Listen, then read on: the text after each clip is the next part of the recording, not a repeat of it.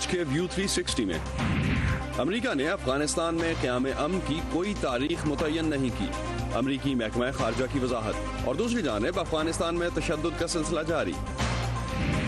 ہم دیکھتے ہیں کہ وہاں پہ جو ایک مسکولر اپروچ ہے وہ اڈاپٹ کی جا رہی ہے۔ انتخابی عمل کا تسلسل ضروری، لیکن مسئلے کا مستقل حل نہیں۔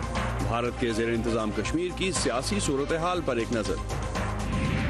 اور سماجی دباؤ اور تنقید کے باوجود کلاسیکل ڈانس کے ذریعے امن اور محبت کا پیغام دینے والے محمد آصف کی کہانی۔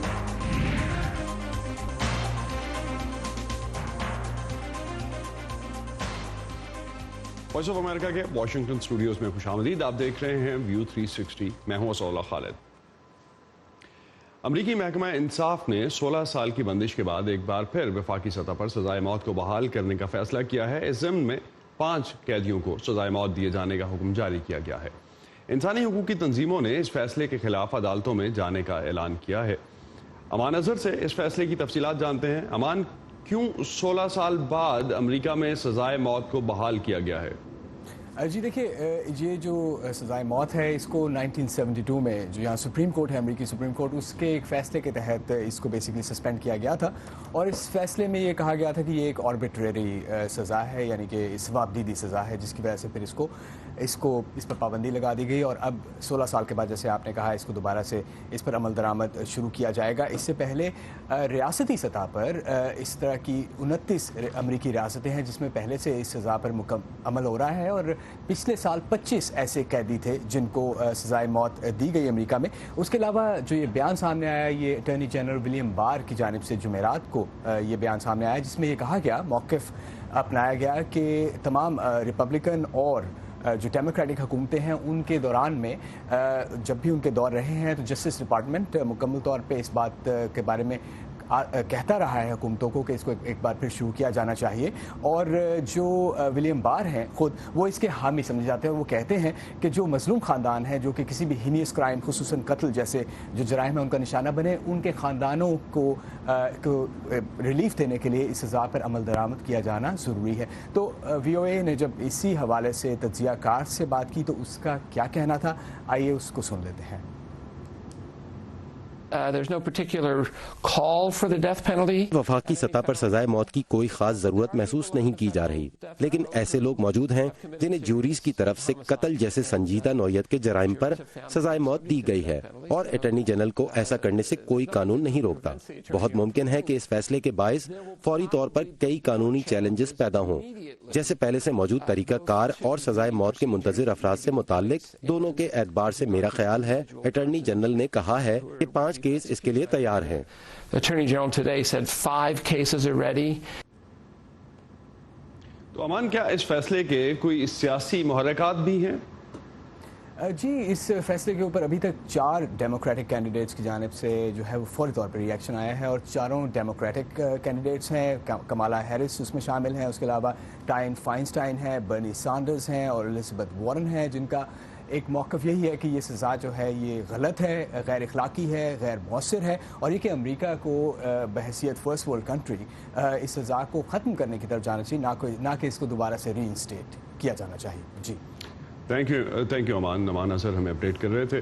امریکی محکمہ خارجہ کی ترجمان نے کہا ہے کہ پاکستان کے وزیر اعظم نے اپنے دورہ واشنگٹن میں یقین دہانی کرائی ہے کہ وہ طالبان پر افغان حکومت سے مذاکرات کے لیے زور دیں گے۔